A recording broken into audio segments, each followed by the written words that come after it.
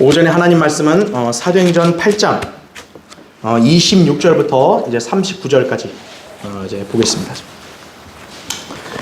좀 이제 본문이 길긴 하지만 그래도 이제 내용이 이어지다 보니까 이렇게 제가 읽고 말씀을 이렇게 여러분에게 전할 때 여러분도 잘 들으시고 이 말씀을 잘 유념하셔서 하나님께서는 이렇게 일하시는구나 여러분이 다시 한번 이렇게 확신하시기 바랍니다. 자, 26절부터 제가 읽겠습니다. 그때 주의 천사가 빌립에게 말하기를 일어나서 남쪽을 향해 예루살렘에서 가자에 이르는 길까지 가라. 그 길은 사막이라 하니 그가 일어나서 떠나더라. 그런데 보라, 에디오피아 사람 곧 에디오피아 여왕 칸다케 휘하에서 모든 재정을 담당하는 큰 권세를 지닌 네시가 예루살렘에 경배드리러 왔다가 돌아가는데 마차에 앉아서 선지자 이사야의 글을 읽고 있더라. 그때 성령께서 빌립에게 말씀하시기를 가까이 가서 이 마차에 함께 타라 하시더라. 그러므로 빌립이 거기로 달려가니 그가 선지자 이사야의 글을 읽고 있는 것을 듣고 말하기를 당신이 읽고 있는 것을 이해하느뇨 하니 그가 말하기를 나를 지도하는 이가 아무도 없으니 어찌 깨달을 수 있으리요 하며 빌립을 청하여 마차에 올라 자기와 함께 앉게 하더라. 그가 읽고 있는 성경 구절은 이것이니 즉 그는 도살할 양처럼 끌려갔고 또 털 깎는 자 앞에 잠잠한 어린 양같이 그의 입을 열지 아니하더라. 그가 굴욕 중에 부당한 재판을 받았으니 누가 그의 세대를 선포하리요? 이는 그의 생명이 이 땅에서 끊어졌음이로다 이었더라. 그 네시가 빌립에게 대답하여 말하기를 당신께 부탁하노니 선지자의 이 말은 누구에 관한 것이뇨? 자신이뇨 아니면 다른 사람이뇨 하니 빌립이 입을 열어 이 성경에서 시작하여 그에게 예수를 전하니라. 그리하여 그들의 길을 떠나 따라가다가 물이 있는 곳에 이르자 그 네시가 말하기를 보라 여기 물이 있도다. 내가 침례를 받는데 무슨 거침이 있느뇨? 라고 하니 빌립이 말하기를 만일 당신이 마음을 다하여 믿으면 합당하니라고 하니 그가 대답하여 말하기를 나는 예수 그리스도가 하나님의 아들이신 것을 믿나이다 라고 하더라. 그리고 나서 그가 마차를 세우라고 명한 다음 빌립과 네시가 둘 다 물로 내려가서 빌립이 그에게 침례를 주니라. 그들이 물속에서 올라오자 주의 영이 빌립을 데려가시니 그 네시가 그를 다시 보지 못하더라. 그러나 그는 기뻐하며 자기 길을 가더라. 이렇게 말씀을 하고 있습니다. 이것이 하나님의 참된 사역이에요. 네. 그래서 오늘 제목은 이것이 참된 하나님의 사역이다 이거예요. 네. 하나님의 사역이 뭔지를 대다수의 교회들은 잘 몰라요. 그냥 교회 이름으로 아무렇게나 다 하면 그게 하나님의 일인 줄 아는 거예요. 이것이 하나님의 참된 사역이다 이거죠. 오늘 그 제목으로 말씀을 전하겠습니다. 한때 통계청에서 국내 종교의 인구 현황을 발표한 적이 있었는데 그때 가장 인구가 많은 종교는 개신교로서 무려 총 967만 6천 명이 집계되었다고 합니다. 이 비율은 전체 인구의 약 19.7%죠. 한국 인구의 5명 중 1명은 교회에 출석한다는 셈이에요. 그런데 당시 이 통계를 접한 개신교계 어떤 목사는요, 회의적인 반응을 보였습니다. 그는 개신교의 인구 통계보다 중요한 것은 60%가 무종교인이고 10대에서 20대의 무종교 비율이 너무나도 높다는 사실이라며 이는 기성세대의 사라짐과 함께 서서히 교회가 비어져가는 현상이 나타날 것을 의미한다라고 이렇게 지적을 했습니다. 그러니까 쉽게 말하면 뭐예요? 앞으로 이제 가면 갈수록 교회 장소가 사람이 없어서 비겠네. 이런 이게 토로를 한 거죠. 자, 그렇다면 왜 이런 현상이 발생한 것인가 이거죠. 이 나라의 기독교가 성경적으로 사역을 하지 않았기 때문입니다. 자고로 하나님의 말씀은 힘있게 융성하는 법인데 사도행전 19장 20절에 따르면 그들은 올바른 하나님의 말씀인 성경도 수중에 없고 인간의 전통과 육신적인 성향으로 하나님을 섬기려고 했기 때문에 그런 거예요. 성경적인 복음과 진리를 전파하지 못할 뿐더러 성경에도 없는 온갖 의식들, 세례라든지요, 새벽 예배, 금요 철야, 크리스마스, 부활절과 같은 것들만 자랑할 뿐이었다 이거죠. 그러한 종교 행위와 의식은 하나님의 말씀과 무관한 육신적인 열매들입니다. 결국 그들의 사역에는 생명력이 없었던 것이, 아무리 거대한 국가, 거대한 집단, 심지어는 종교단체라 해도요, 영원히 가는 법은 없죠. 한국 기독교가 성경적 기독교가 아닌 이상은요, 그 생명은 영원하지 않은 거예요. 이것이 바로 한국 기독교가 쇠락해져 가고 미래가 어두운 이유라고요. 수중에 바른 하나님의 말씀이 없으니 생명력이 없는 거예요. 하나님께서 이 지상에 신약교회를 세우신 목적이 무엇인가 이거죠. 마태복음 28장 19, 20절에는 그러므로 너희는 가서 모든 민족들을 가르치고 아버지와 아들과 성령의 이름으로 침례를 주며 내가 너희에게 명령한 모든 것을 가르쳐 지키게 하라. 보라, 내가 세상 끝까지 너희와 항상 함께 있으리라. 그죠? 지상에 남겨진 우리 신약 성도들에게 주신 사명이죠. 또 약속이죠. 이 명령을 준행하기 위해선 바른 하나님의 말씀인 성경이 필요합니다. 하지만 작금의 한국 교회들은 변개되지 않은 바른 성경을 배격합니다. 또한 성경적 교리와 신학에 무지하기 때문에 침례가 아닌 세례를 주면서요, 자기네 교회의 교인으로 종속시키고 있습니다. 그러니까 교회가 복음을 전해서 그리스도인으로 만들어야 되는데 자기네 교인으로 만들고 있는 거예요. 특히 그들이 쓰는 개혁 성경에는 위에 구절에요, 가르치란 말이 삭제되어 있고 제자 삼으라 이렇게 변개되어 있는 거예요. 결국 그들은 이 민족을 한국 기독교인으로 만들고자 했을 뿐 신실하고 영적인 그리스도인으로 변화시킨 일을 전혀 하지 못했던 것입니다. 다시 말해 그들이 한 일은 교단의 사역일 뿐 하나님의 일이 아니었던 것입니다. 하나님의 일은 무엇입니까? 예수님께서는 이것이 하나님의 일이니 즉 그분이 보내신 일을 너희가 믿는 것이라 이렇게 말씀하셨습니다. 요한복음 6장 29절. 제자들은 하나님의 일들이 뭡니까? 이렇게 여러 가지를 물었는데 예수님은 단 한 가지만 얘기하신 거예요. 하나님의 일은 예수 그리스도를 믿는 것이라 이거예요. 이것이 교회가 해야 할 사역의 본질이라고요. 그렇다면 예수 그리스도를 어떻게, 무엇으로 믿는 것인가 이거예요. 바로 성경대로 믿는 것이에요. 성경대로 믿는 것은 우선 구원을 받고 그리고 나서 진리의 지식에 이르게 하는 것이에요. 디모데전서 2장 4절에 나오죠. 구원받기 위해서는 하나님의 은혜의 복음을 알고 믿어야 하며 고린도전서 15장 1절부터 4절에 나오죠. 복음에 대해서. 또 진리의 지식에 이르려면 변개되지 않은 바른 성경을 읽고 공부하며 성경적 교리를 배워야 합니다. 그럴 때 그 사람은 예수 그리스도를 정확히 알고 믿을 수 있는 거예요. 자기 마음대로 믿는 건 믿음이 아니죠. 하나님이 인정하신 대로 믿어야 될 거 아니에요. 바로 이게 성경대로 믿는 거예요. 이런 일이야말로 진정으로 참된 하나님의 사역이라 할 수 있습니다. 따라서 하나님께 승인받은 참된 교회는 이러한 사역을 성경대로 수행합니다. 하나님께서 인정하신 그분의 일은 요약한다면요, 구령, 양육이에요. 그 두 가지 외에 다른 건 없어요. 그리스도의 복음을 들고 세상에 나가 전파하여 죄인들을 그리스도께 이겨오고 그들에게 침례를 주어서 자신의 구원을 간증하게 하는 것입니다. 또한 바른 성경 교리와 지식을 가르쳐서 양육하여 그리스도의 군사들로 길러내 주님을 위해 살게 하는 것이라고.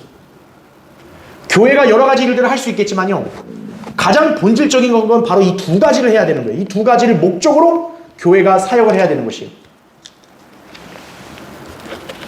지금 본문, 오늘 우리가 사도행전 8장을 봤죠? 지금 빌립이 하고 있는 이 일, 하나님께서는 이것이 사역의 본질임을 한 예시로 지금 우리에게 보여주고 있는 것이에요. 자, 오늘 본문은 빌립이 에디오피아 내시를 상대로 하나님의 사역이 무엇인지를 정확하게 시연해준 말씀입니다. 에디오피아 내시는요, 성경을 읽고 있었다고요. 그러니까 뭔가 관심 있고 알고자 하는 열의가 있으니까 읽었을 거 아니겠어요? 그런 사람들에게 다가가서 지금 빌립은 성경을 가르쳐주고 있죠. 복음을 전해서 거듭나게 했죠. 또 침례를 주어서 그리스도인임을 고백하게 했죠. 바로 이 일이 주님께서 지상에 남겨놓은 우리에게 위탁하신 하나님의 사역이라고요. 이를 위해서는 바른 성경이 있어야죠. 왜냐? 기준이 되는 성경이 올바른 게 있어야만 그 기준에서 벗어나지 않게 시행할 거 아니겠어요? 그리고 복음과 침례에 관한 올바른 교리를 알아야 합니다. 왜죠? 대다수의 교회 사람들은 그것도 침례도 아니에요. 세례 받으면 구원받는 줄 아는 거예요. 그러니까 구원과 침례의 관계도 모르는 거예요, 이 사람들이. 그러니까 교회가 구원의 복음을 전해야 되는데 세례 주는 데만 급급한 교회들이 많아요. 잘못됐죠? 지금 여러분이 믿고 섬기는 이 교회에서 이 참된 하나님의 사역을 수행하고 있음을 알아야 되는 것이에요. 주님은 그런 우리를 인정해 주시는 거예요. 이 땅에 하나님의 이름을 부르는 수많은 사람들이 있는데 성경대로 믿고 주님을 섬기는 그런 성도들을 하나님께서 인정해 주신다고. 우리의 믿음의 행보를 하나님께서 인정해 주시고 칭찬해 주신다 이거죠. 여러분은 이 자리에서 성경대로 믿고 섬기는 이 사역의 소중함을 알고 헌신함으로써 신실하게 동참하고 협력하는 성도가 되어야 할 것입니다. 그래서 오늘 설교의 주제는 하나님의 사역을 올바로 수행하는 과정이에요. 자, 한번 살펴보겠습니다. 첫 번째요. 나를 지도하는 이가 아무도 없으니 어찌 깨달을 수 있으리요. 이게 지금 누가 고백한 거죠? 내시가 고백한 거예요. 여러분 거기 다시 한번 보세요. 30절부터 31절 보세요. 그러므로 빌립이 거기로 달려가니 그가 선지자 이사야의 글을 읽고 있는 것을 듣고 말하기를 당신이 읽고 있는 것을 이해하느뇨? 하니 이거죠. 읽는 거 좋은 거죠. 하지만 이해를 해야 될 거 아니에요. 그러니까 물어본 거예요. 그런데 31절 보세요.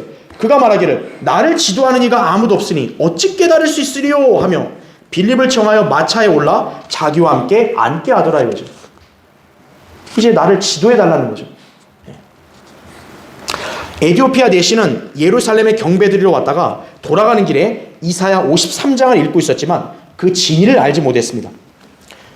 그래서 빌립이 다가와서 그에게 읽고 있는 걸 이해하냐고 물으니까 자기를 지도해 줄 사람이 없으니까 자기는 못 깨닫는다고 정직하게 시인했던 거예요. 아는 체 하는 사람보다 낫죠. 그렇죠? 이처럼 우리 주변에도 내시와 같은 사람들이 의외로 적지 않습니다. 처음부터 복음의 진리를 알고 구원받은 채로 태어난 사람이 누가 있어요? 그렇죠. 누가 처음부터 성경적 교리와 진리의 지식을 깨닫는 사람이 있냐고요. 누가 처음부터. 그렇죠. 반드시 하나님께서 보내신 사람으로부터 지도를 받아야 깨닫는 거죠. 로마서 10장 14절에도 그런즉 그들이 믿지 아니한 이를 어찌 부르리요? 듣지도 못한 이를 어찌 믿으리요? 전파하는 자가 없이 어찌 들으리요? 파송되지 아니하였는데 어찌 전파하리요? 이렇게 말씀하고 있는 거예요. 하나님의 사람이 가야죠. 가서 말씀을 가르쳐주고 전해야죠. 그래야 사람들이 듣죠. 들어야 믿죠. 믿어야 고백하죠. 그래야 구원받죠. 이것이 바로 주님께서 신실한 종들을 부르셔서 선교지에 파송하거나 혹은 지역교회를 세우시는 목적입니다. 간혹 우리가 아는 사람들 중에서는 하나님을 제대로 알고 믿고 싶어하는 열망을 지닌 이들이 존재합니다.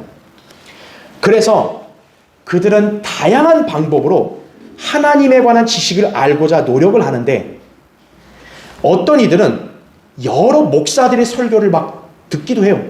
왜? 알고 싶으니까요. 주석서나 책들을 찾아서 공부하는 사람도 있고요. 소위 유명하다고 하는 교회들의 막 여러 곳을 다니며 출석하는 사람도 있고요. 급기야는 신학대학에 등록해서 비싼 등록금까지 지불하면서 공부하는 이들도 있습니다. 그들에게 있어서 얼마나 절실한 심정이겠어요. 알고 싶다 이거예요. 하지만 안타깝게도 그들은 우리처럼 진리의 지식에 눈을 뜨지 못하거나 구원받지 못하는 경우가 부지기수입니다. 그 이유는 성경대로 바르게 가르치며 지도하는 사람들을 그들이 만나지 못했기 때문입니다. 그러니까 한마디로 시간만 낭비한 거예요. 그들이 성경대로 복음을 믿어 거듭나지 못했다면요, 하나님의 말씀과 그분의 일을 절대로 알 수 없습니다. 성경대로 순서에 따라 믿어야지 자기가 임의대로 아무거나 보면서 나 알고 싶다고, 내가 그렇게 해서 믿겠다고, 전혀 그 영적인 일은 일어나지가 않아요. 고린도전서 2장 14절에 자연인은 하나님의 영의 일들을 받아들이지 아니하나니 이는 그 일들이 그 사람에게는 어리석게 여겨지기 때문이요 또 알 수도 없나니 이는 그 일들이 영적으로만이 분별되기 때문이니라, 이렇게 말씀하고 있습니다. 그러니까 거듭나지 않은 사람을 앞에다 앉혀놓고요, 백날 성경을 얘기해봐야 소용없어요. 못 알아들어요, 절대로요. 그러니까 여러분도 그걸 주의하셔야 되는 거예요. 그냥 아무나 앉혀놓고 성경에 뭐 여러분이 알고 있는 것 막 일일이 다 얘기하잖아요. 못 알아들어요. 그 다음부터 여러분을 피해요, 그냥. 그러니까 지혜롭게 전해야 돼요. 먼저 거듭났는지를 확인해야 되는 거예요. 거듭나지 않았으면 먼저 복음을 전해야 되는 거예요, 무엇보다. 그 사람이 영이 성령으로 거듭났을 때 그때서야 이제 성경을 좀 가르쳐주면 그게 이해하는 거예요. 그때서야 조금. 만일 내시가 빌립을 만나지 못했다면 그가 어떻게 이사야 53장의 말씀을 읽고 믿을 수 있겠어요, 이게. 이처럼 오늘날 하나님을 알고자 하는 열성과 교회 생활에 충실한 교인들이 있지만 그들은 항상 배우나 진리의 지식에는 결코 이르지 못하고 있습니다. 디모데후서 3장 7절에 나온 대로죠. 주님은 이런 현실을 아시기 때문에 이 땅에 바른 성경을 신실한 종을 통해 번역하고 출간하게 하셨고요, 성경적 교리와 신학을 정착시키셨으며 신실한 일꾼들을 양성하게 하신 것이에요. 그리하여 성경대로 믿어 거듭나고 진리의 말씀으로 양육받은 하나님의 종들을 국내외 각지에 파송하여 그리스도의 복음과 바른 성경의 교리와 지식이 전파될 수 있게 한 것입니다. 그 중에 하나가 바로 우리 교회인 거예요.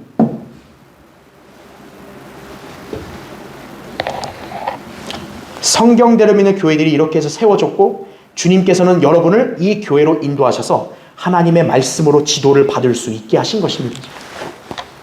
여러분 개개인도 그런 경험이 있을 거예요. 얼마나 영적으로 답답한 게 있을 거예요. 뭘 좀 알고 싶고 풀리지 않는 의문을 도대체 어떻게 해결하고 싶고, 하나님은 그런 갈급함을 아는 성도들을 그들을 지도할 수 있도록 일꾼을 보내시는 거예요. 그 일꾼 아래서 지도를 받고 하나님 말씀대로 믿고 사는 그런 교회를 하나님 세우시는 거라고요. 어떻게 그게 가능하죠? 우리 손에 살아있는 하나님 말씀을 우리가 들고 있으니까. 사도행전 6장 7절에도 하나님의 말씀이 널리 전파되니 예루살렘에 있는 제자들의 수가 크게 늘었으며 제사장의 큰 무리도 이 믿음에 순종하더라, 이렇게 말씀하고 있는 거예요. 바른 하나님의 말씀을 최종 권위로 믿고 주님을 섬기잖아요. 그 섬김과 사역은 생동감이 있는 거예요. 여러분은 이런 하나님의 놀라운 은혜를 항상 알고 감사와 찬양을 드려야 하는 것이에요. 현재 이 세상에는 성경대로 믿는 교회가 없어서 성경을 알고 싶어도 지도를 받지 못하는 사람들이 엄청 많아요. 심지어 복음도 제대로 듣지 못한 자들이 우리나라뿐만 아니라 세계 여러 나라에 얼마나 많은지 여러분 아셔야 돼요. 1857년 10월에 중국의 훌륭한 선교사였죠. 허드슨 테일러가 중국 닝보에서 한 사람에게 복음을 전했더니요, 그가 믿고 영접한 후에 이 허드슨 테일러에게 이렇게 말했어요. 당신의 나라 영국은 이 복음을 안 지 얼마나 되었습니까? 당신은 이 복음을 안 지 얼마나 되었습니까? 당신은 그래서 이 복음을 전하려고 이영 만리까지 왔습니까? 여러분, 그 말을 허드슨 테일러가 들었을 때 어떻겠어요? 굉장히 자기가 복음을 안 지 오래됐을 거 아니에요. 또 또 자기네 나라도 얼마나 오래됐을 거 아니겠어요? 자, 이 사람이 마지막에 이런 말을 해요. 왜 좀 더 일찍 오지 않았습니까? 좀 더 일찍 왔더라면 우리 아버지도 복음을 듣고 구원 받았을 텐데 말입니다. 복음과 진리를 전파하는 일꾼들이 얼마나 중요한지를 알 수 있죠. 그렇죠? 누가 복음을 전하는 것인가요? 단순히 목사나 선교사나 성경 교사만이 아닙니다. 복음은 구원받은 그리스도인들이 모두 전하는 것입니다. 사도행전 8장 4절에 나온 대로 그리스도인들 모두가 증인들이에요. 예수 그리스도가 당신의 구주라고 이렇게 증거하는 증인들이에요. 이 땅에 있는 한국 교인들은 결코 이 일을 할 수 없습니다. 오직 성경대로 믿는 그리스도인들만이 이 일을 할 수 있는 것이에요. 어떤 사람이 성경의 교리를 알고 싶어 한다고요. 누가 그거를 가르쳐줘야 돼요? 성경대로 믿는 성도들이 가르쳐줘야 되는 거예요. 주님께서 왜 여러분에게 바른 성경을 주셨고 이 바른 교회에 인도하셔서 진리의 말씀으로 양육받게 하신 것인가요? 다른 사람보다 왜 여러분을 이렇게 먼저 알게 하셨냐 이거예요. 에티오피아 내시처럼 성경을 알고 싶어 하지만 알지 못해서 갈급해하는 사람들에게 진리를 전하게 하기 위함이에요. 예. 여러분 한번 찾아볼게요. 잠언 한번 찾아보세요. 잠언 22장 보세요.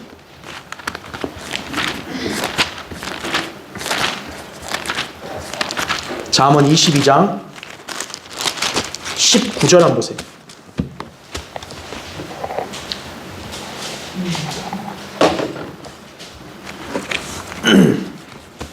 잠언 22장 19절부터 21절을 제가 읽을 테니까 잘 보십시오. 너의 신뢰가 주께 있게 하려고 오늘 내가 너에게 이것을 알게 하시니 바로 너에게라. 내가 조언과 지식의 훌륭한 것들을 내게 기록하였으니 이거죠. 하나님의 말씀, 기록된 올바른 말씀을 여러분에게 주셨다는 거예요. 21절 이는 너로 하여금 진리의 말씀들의 확실함을 알게 하며 너에게 사람을 보낸 그들에게 진리의 말씀들을 대답하게 하려 함이 아니냐 이거죠. 한글 킹제임스 성경이 옳다는 걸 여러분 누가 증명할 수 있는 거예요? 우리가 증명할 수밖에 없는 거예요. 세상이 증명해 주겠어요? 세상 정부나 국회가 어떤 경제단체가 학교가 한글 킹제임스 성경이 절대적이라고 그렇게 말할 수 있겠냐고요. 우리만이 할 수 있는 거예요. 이 일은. 그렇죠? 여러분은 하나님의 말씀을 바르게 배우고 그 말씀대로 인도함을 받았다고 확신하십니까? 그렇다면 여러분은 그렇게 가르치고 지도해준 하나님의 종을 존경해야 합니다. 디모데전서 5장 18절에 나오죠. 이것은 잘 보이라는 게 아니라 그 종이 가르치는 말씀과 믿음의 행실을 본으로 삼아서 따르라는 것이에요. 그게 존경하는 거예요. 히브리서 13장 7절에도 하나님의 말씀을 너희에게 들려주고 너희를 다스리던 자들을 기억하고 그들의 행실의 결과를 관찰하여 그들의 믿음을 따르라 이렇게 말씀하고 있는 거예요. 그럴 때 하나님의 참된 사역을 온전히 수행함으로써 생명력 있는 열매를 맺을 수 있는 것임을 알아야 합니다. 자, 하나님의 사역을 올바로 수행하는 과정 두 번째요. 빌립이 입을 열어 이 성경에 시작하여 그에게 예수를 전하니라 그랬어요. 여러분 다시 사도행전 8장 한번 보세요. 사도행전 8장 거기 34절 한번 보세요. 그 내시가 빌립에게 대답하여 말하기를 당신께 부탁하노니 선지자의 이 말은 누구에 관한 것이뇨? 자신이뇨? 아니면 다른 사람이뇨? 하니 그러죠. 이사야 53장에 지금 여기 어린 양에 대한 얘기가 나오는데 이게 누구냐 이거예요. 이사야 선지자 자신에 관한 거냐 다른 사람이냐 나는 모르겠다 이거예요. 그랬더니 35절에 빌립이 입을 열어 이 성경에서 시작하여 그에게 예수를 전하니라 이거죠. 자, 에티오피아 내시는 지금 이사야 53장 6절 7절의 말씀을 읽고 있던 중 빌립을 만났고 그에게 이 구절이 누구에 관한 설명인지를 질문하고 있습니다. 이에 빌립은 그 본문이 바로 예수 그리스도에 대한 예언의 말씀임을 설명하고 있습니다. 이사야 53장이 무엇에 관한 예언일까요? 예수 그리스도의 고난과 죽으심을 예언하고 있죠. 이때 주님은 단순히 유대인들만이 아니라 온 세상의 모든 죄인들을 구속하시기 위한 속죄 제물로 십자가에서 피 흘려 죽으신 하나님의 어린 양이심을 지금 빌립이 계시해 주고 있는 거예요. 빌립에 계시해 주신 거예요. 이사야 53장 10절 11절 보면 예수 그리스도 하나님의 어린 양이시구나. 이거를 하나님께서는 빌립에게 계시해 주신 거예요. 그래서 빌립이 바로 이사야 53장에 그분이 예수 그리스도라는 것을 지금 설명해 주는 거예요. 따라서 지금 빌립은 그 내시에게 오늘날 신약 성도들을 구원에 이르게 한 하나님의 은혜의 복음을 전했던 것입니다. 사도행전 20장 24절에 나온 하나님의 은혜의 복음. 지금 현재 우리가 믿고 구원받는 그 복음 있죠. 빌립이 에디오피아 내시에게 지금 그걸 전하고 있는 거예요. 자, 이것은 그 당시에 어떤 사도들도 알지 못했던 계시입니다. 왜냐하면 베드로를 위시한 어떤 사도들도 하나님의 어린 양으로서 인류의 죄를 대속하기 위해 피 흘려 죽으신 온 세상의 구주이심을 가르친다든지 설교하지 않았기 때문입니다. 그들은 오직 유대인밖에 몰랐던 거예요. 예수 그리스도가 그들의 메시아다 이거밖에 모르는 거예요.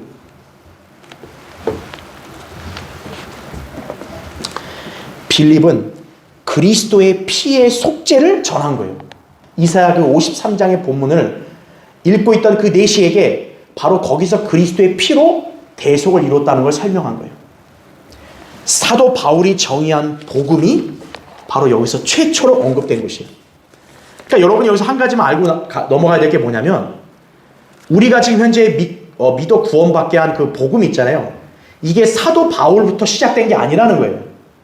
지금 사도행전 8장은 바울이 등장하기 전이죠. 벌써 하나님의 은혜의 복음은 바울 이전에 이미 이렇게 경륜은 이미 넘어온 거예요.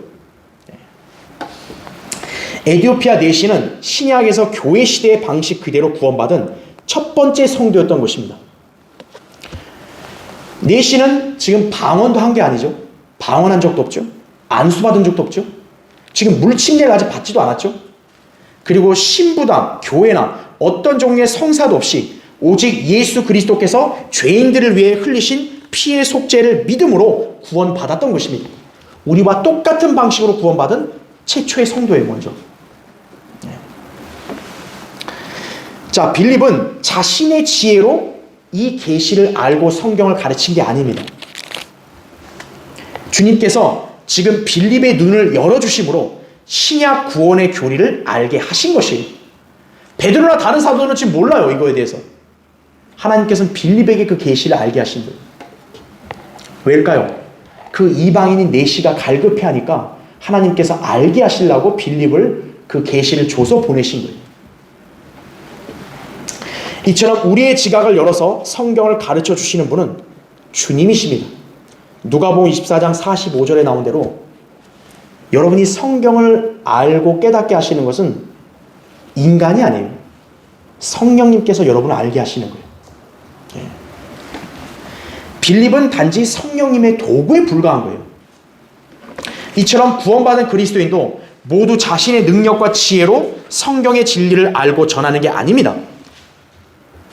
나는 뭐 대단히 많이 알고 많이 공부를 해야지만 전할 수 있는 거 아닙니까? 아니에요. 여러분이 그대로 믿었던 그 복음을 그대로 전하면 되는 거예요. 내가 잘 몰라도 여러분은 성령님께 지혜와 조명을 구하면 성령님께서 가르쳐 주시는 거예요. 여러분 성경을. 요한복음 14장 26절에 이렇게 나옵니다. 그러나 위로자이신 성령을 아버지께서 내 이름으로 보내시리니 그가 너희에게 모든 것들을 가르치시며 또 내가 너희에게 말한 모든 것들을 기억나게 하시리라 이렇게 말씀하고 있습니다.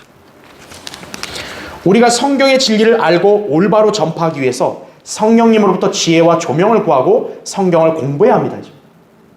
그러나 여러분이 누군가에게 성경을 펴서 보여줄 거 아니겠어요?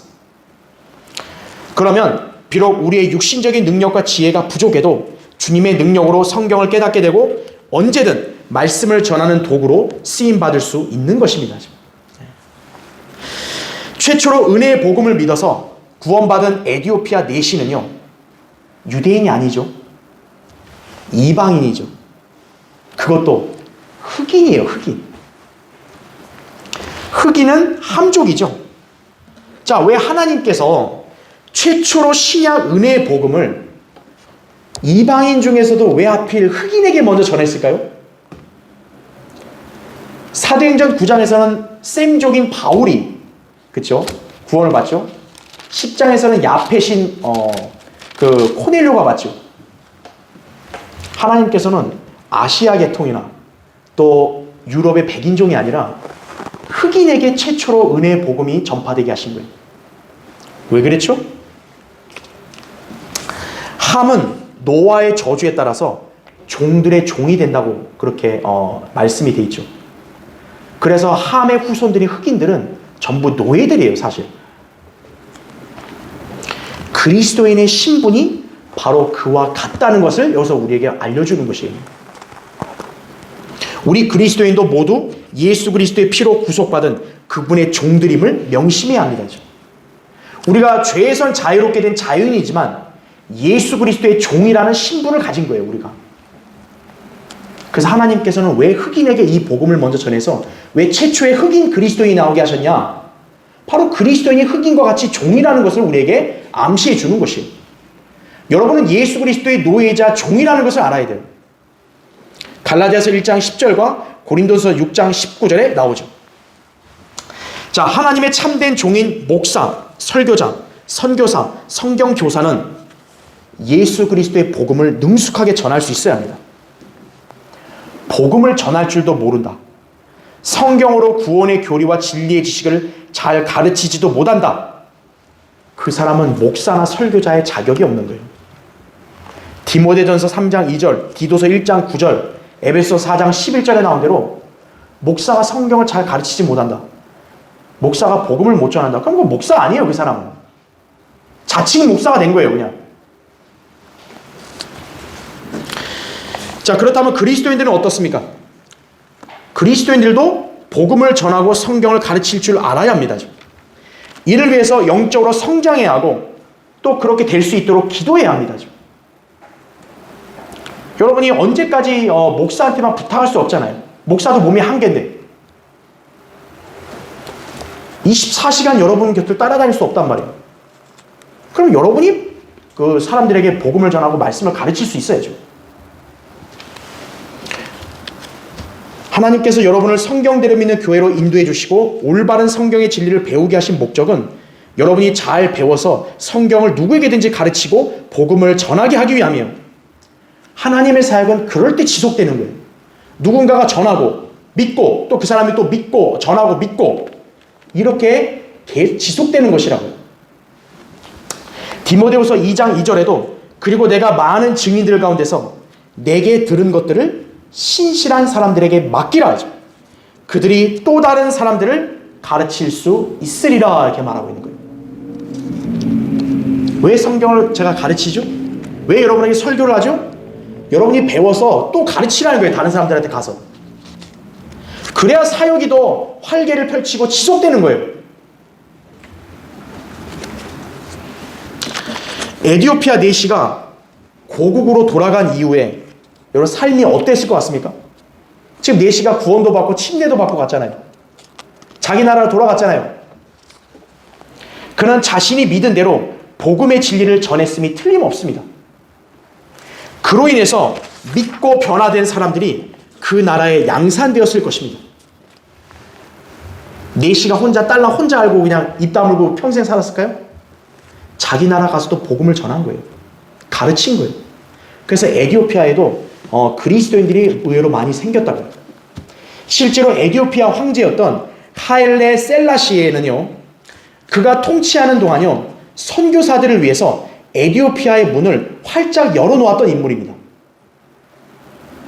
그러니까 이 왕은 선교사들이 온단 말이에요. 자기 나라로 복음 전하러 방해 안 하고 오히려 복음 전할 수 있게 후원을 해준 거예요. 지지해 준 거예요.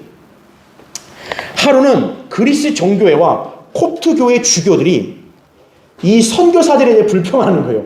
왜냐하면 선교사들이 하도 이제 자기 선교를 하니까 이 정교회 사람들이 이제 불만이 있는 거죠.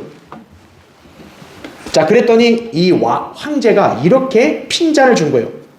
너희도 가서 그렇게 하라 그러면. 그런 거예요. 이들은 그렇게 할 수 있었을까요? 없었죠. 왜? 이들에게는 생명이 없기 때문에 그런 거예요. 그리스도인은 할 수 있는 거예요. 왜? 그리스도인은 생명력이 있으니까요. 복음은 위대한 능력이죠. 영이 죽은 사람을 거듭나게 하는 능력이잖아요. 복음이. 로마서 1장 16절에 나오죠. 하나님의 사역의 증거라고. 여러분은 빌립처럼 성경으로 예수 그리스도를 전할 수 있습니까? 성경대로 믿는 그리스도인이라면 마땅히 성경에 있는 복음의 진리를 가르쳐주고 바른 교회와 신앙을 제시할 수 있어야 합니다. 여러분이 혼자서 떠들면요, 상대방이 안 믿죠.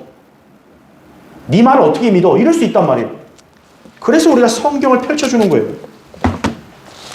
이 성경으로 예수 그리스도를 전하는 거죠. 이분을 믿으라 이거예요. 예수님께서도 성경에 있는 것들을 제자들에게 설명하셨어요. 누가복음 24장 27절에. 사도 바울도 하나님의 모든 계획을 전해주었다고 사도행전 20장 27절에 나오고 있어요. 이처럼 우리도 성경을 부지런히 공부해서 하나님의 일꾼으로 잘 준비되어 누구에게든지 성경을 가르치고 전할 수 있어야 된다 이거죠. 내가 진리의 말씀을 올바로 나누어 자신이 하나님 앞에 부끄럽지 않은 일꾼으로 인정받도록 공부하라 이거죠. 디모데후서 2장 15절에 그 명령을 여러분 잘 준행해야 되는 거예요. 자, 하나님의 사역을 올바로 수행하는 과정. 세 번째요. 내가 침례를 받는데 무슨 거침이 있느뇨. 자, 내시가 말하죠. 여러분 거기 사도행전 8장 36절 한번 보세요. 그래야 그들이 길을 따라가다가 물이 있는 곳에 이르자 그 내시가 말하기를 보라 여기 물이 있도다. 내가 침례를 받는데 무슨 거침이 있느뇨 라고 하니 빌립이 말하기를 만일 당신이 마음을 다하여 믿으면 합당하니라고 하니 그가 대답하여 말하기를 나는 예수 그리스도가 하나님의 아들이신 것을 믿나이다 라고 하더라. 그리고 나서 그가 마차를 세우라고 명한 다음 빌립과 내시가 둘 다 물로 내려가서 빌립이 그에게 침례를 주니라 이거죠. 구원받은 사람은 침례를 주는 거예요. 구원받은 성도는 침례에 순종해야 되는 거예요.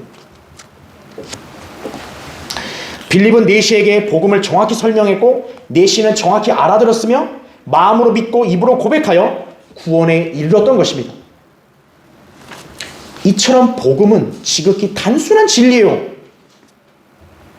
이 복음을 순수하게 믿은 사람은요, 반드시 자신의 입에서 예수 그리스도를 자신의 구주라고 고백할 수 있는 거예요. 사람들 앞에서 그리스도를 기꺼이 시인할 수 있습니다. 마태복음 10장 32절에 나온 대로. 구원받은 사람이 사람들 앞에서 나 그리스도인이라고 이렇게 말 못하는 건 그건 이상한 거예요. 사람들 앞에서도 예수 그리스도가 내 구주라고 그렇게 시인할 수 있어야죠. 자, 주님께서는 구원받은 성도들이 그렇게 할 수 있도록 무엇을 명령하셨냐? 바로 침례를 명령하신 거예요. 그래서 신약교회는 침례식을 준행하는 것이, 우리 교회는 지금 사람이 적어서 그렇지만요, 이제 침례를 받아야 될 분들이 있다고. 침례 순종해야 되는 거예요. 지역교회 회중은 구원받은 사람이 침례에 순종함으로써 그 사람의 신앙 고백을 인정하고 동일한 그리스도인으로 함께 교제하는 것이라고. 오늘날 배교한 교회들은 침례가 아니라 세례를 행하고 있는 세례. 그들이 쓰고 있는 변개된 성서들에도 세례라고 표기되어 있는 거예요. 세례라는 말 뜻이 뭐냐면요, 죄를 씻는다는 말이에요. 죄를 씻는다. 즉 세례를 죄사함과 구원의 수단으로 오해하고 있는 거예요. 단순히 물 뿌리는 것만 세례로 하는 게 아니라 세례의 뜻이 원래 이 물로 죄가 사해진다라는 개념이 있는 거예요. 세례가. 한국 기독교회가 쓰는 개역성경에도요, 그런 개념을 정당화시키고자 세례를 어떻게 표현하고 있냐면 구원에 이르게 하는 표라고 이렇게 나와요. 베드로전서 3장 21절에. 여러분 그게 맞나요? 세례가 구원에 이르게 하는 표식이에요? 세례는 사실상 성경에 없는 용어자 의식입니다. 세례의 기원은 다름 아닌 로마 카톨릭이에요. 성경이 아니에요. 중세 카톨릭이 이교도들을 자기네 종교로 개종시키고자 급조한 의식이 바로 세례입니다. 또한 세례는 물 뿌리는 행위인데 신약에서는 어느 누구도 물 뿌려가지고 죄사함 받은 사람이 한 명도 없어요. 그런데도 자금의 한국 교계가 무분별하게 이런 의식을 수용하고 있으니 카톨릭과 한통속이라는 걸 자인하는 거예요. 그렇죠? 본문에서 빌립과 내시는 길을 가다가 마침내 물을 발견하게 되고 이때 그는 침례를 받는데 어떤 걸림돌이 있는지를 묻게 됩니다. 그러자 빌립은 말하기를 당신이 마음을 다하여 믿으면 합당하니라 라고 했습니다.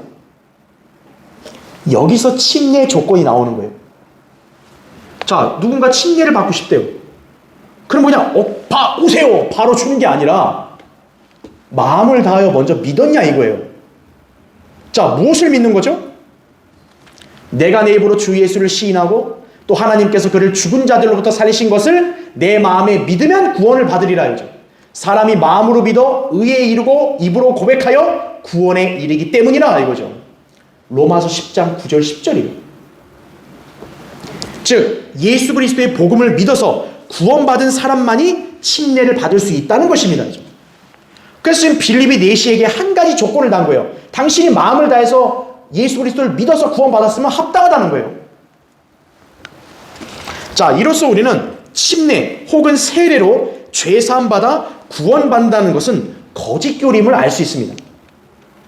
지금 내시가 빌립이 내시한테 너 이 침례 받아야 죄 용서받는다 말했어요? 아니잖아요. 내시가 믿은 걸 고백하니까 침례를 줬죠. 그렇죠. 구원과 침례는 아무 관계가 없는 거예요. 구원받은 사람이 침례로 자기의 신앙을 간증하는 거예요. 또한 내시가 침례를 받을 때 어떤 절차나 과정을 거친 게 없습니다. 오늘날 제도화된 교회들처럼 무슨 세례 문답 형식도 한 거 없어요. 빌립이 막 물어보는 거예요. 1번 그 내시가 답해서 침례받고 그런 거 없다고요. 빌립은 내시에게 마음을 다하여 믿으면 합당하냐고 했고 내시는 나는 예수 그리스도가 하나님의 아들이신 것을 믿나이다 라고 고백함으로써 침례를 받았습니다. 구원에 관해서 매우 간결하고 명료한 답인 거죠. 사도행전 8장 37절은요 중요한 거예요.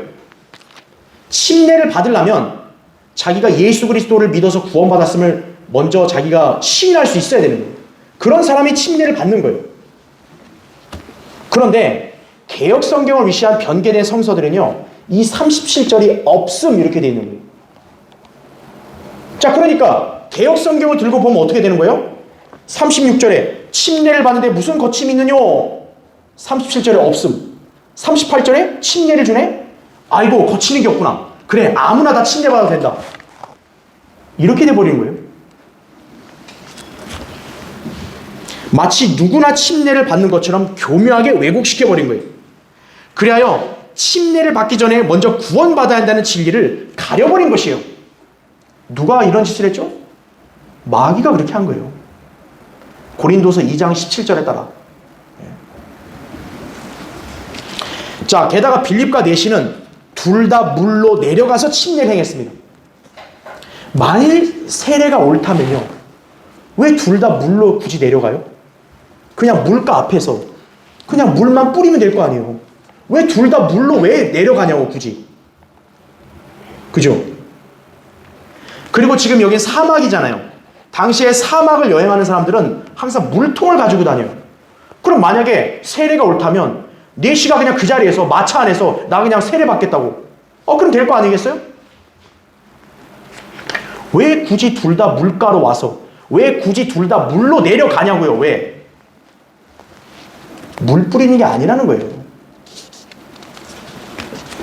특히 여러분 거기 39절 한번 보세요. 39절.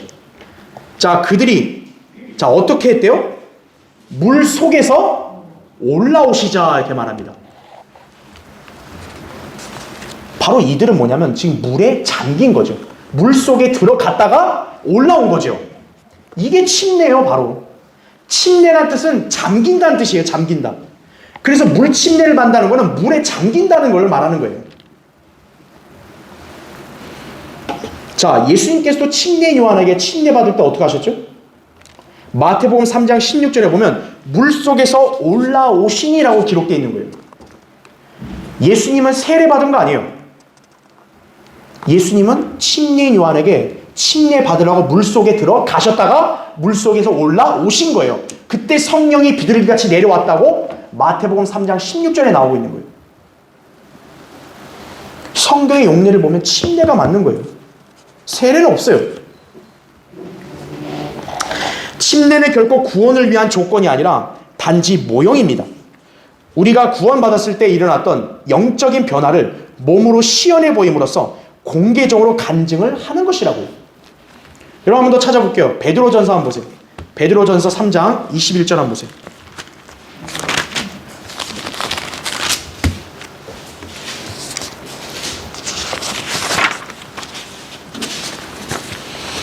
자, 베드로전서 3장 21절에 잘 보세요. 물은 예수 그리스도의 부활하심으로 인하여 이제 우리를 구원하는 모형이니 곧 침례라 그랬죠.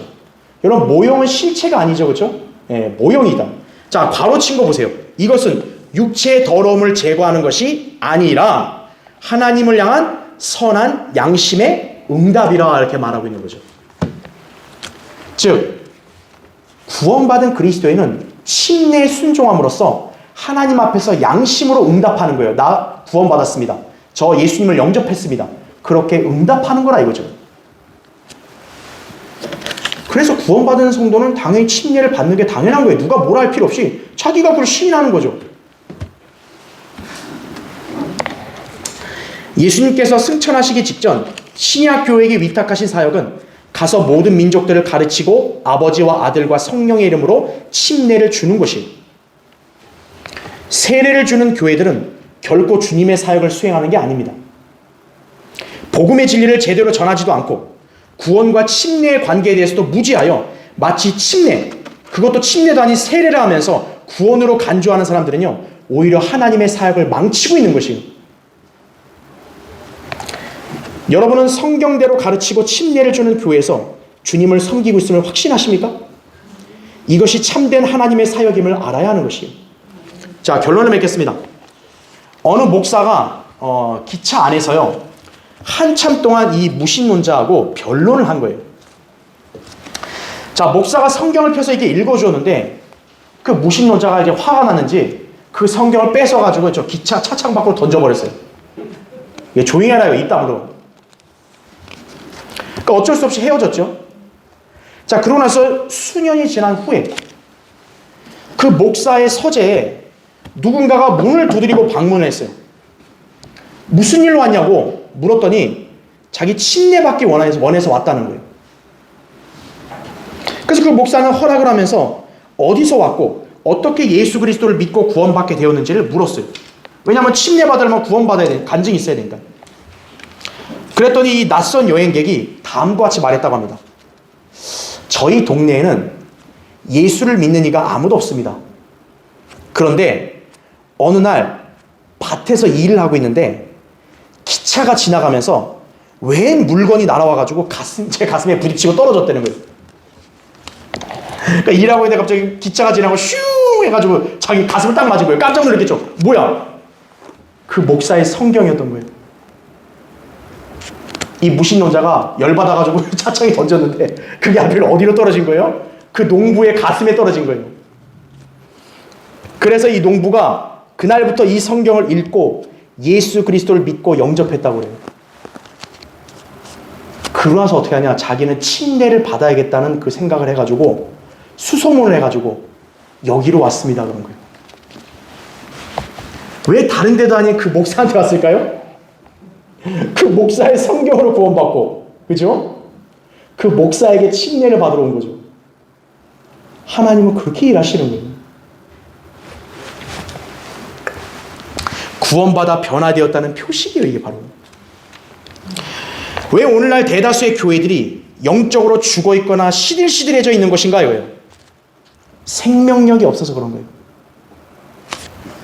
육신적으로 행하는 종교 행위와 전통은요, 복음으로 생명을 낳는 일과 무관해요. 네. 그들의 손에는 바른 하나님의 말씀이 없어요. 그러니까 생명의 말씀을 전할 수도 없고 그들 스스로도 말씀에 따른 변화를 받지 못하는 것이에요. 결국 그런 교회들은 언젠가는 사라지는 거예요. 그냥 호련히 사라지는 거예요. 하지만 성경대로 믿는 우리 교회는 지속적으로 주님을 섬기고 하나님의 일을 감당할 수 있습니다. 그 이유는 우리가 살아있는 하나님 말씀을 들고 이 말씀대로 믿고 실행하기 때문이에요. 사도행전 12장 24절에도 한편 하나님의 말씀은 성장하고 번성하더라 이렇게 말하고 있어요. 우리가 바로 이 하나님 말씀을 최종 권위로 믿고 이 성경대로 복음을 전파하며 침례를 주고 모든 말씀을 가르쳐서 행하게 하기 때문에 영적인 삶과 사역이 생동감 있게 지속되는 것이에요. 우린 사람 숫자가 중요한 게 아니에요. 하나님의 사역이 지속되고 있다는 게 중요한 거예요. 주님은 그런 우리를 인정해 주시고 이 땅에 참된 사역을 우리에게 위탁하셔서 수행하게 하신 것이라고. 여러분은 그런 놀라운 특권을 기억하고 신실하게 성경대로 믿고 주님을 섬겨야 하는 것이에요. 여러분 한 사람 한 사람이 하나님께 인정받고 소중한 존재지만 여러분이 이 하나님의 일을 등한시하고 하나님을 믿는 것을 여러분이 저버리면요, 여러분은 그 가치를 상실하는 거예요. 성경대로 교회에 한 사람 한 사람이 중요하지만 그렇다고 해서 그 교회가 사람으로 사역이 되는 거 아니에요. 성령님께서 주신 지혜와 영역을 받아서 생명력 있게 사역이 진행되는 거예요. 하나님의 일을 올바로 수행하며 주님께 인정받는 믿음의 생활을 하는 교회 성도가 여러분 되셨음을 확신하십니까? 주님은 이 영동 지역에서 여러분에게 기대를 갖고 계시는 거예요. 주님의 기대에 부응하도록 최선을 다해 이 귀한 복음을 전파하고 진리의 말씀을 가르치는 이 참된 사역에 자신을 기꺼이 들이십시오. 그리스도인답게 늘 주님을 어디서든 시인하고 증거하며 성경대로 온전히 믿고 순종하는 성도가 되십시오. 이것이 하나님의 일을 하는 올바로 하는 교회의 열매요, 또 여러분이 주님께 인정받는 참된 성도로 사는 비결임을 기억하시기 바랍니다. 자, 기도하겠습니다.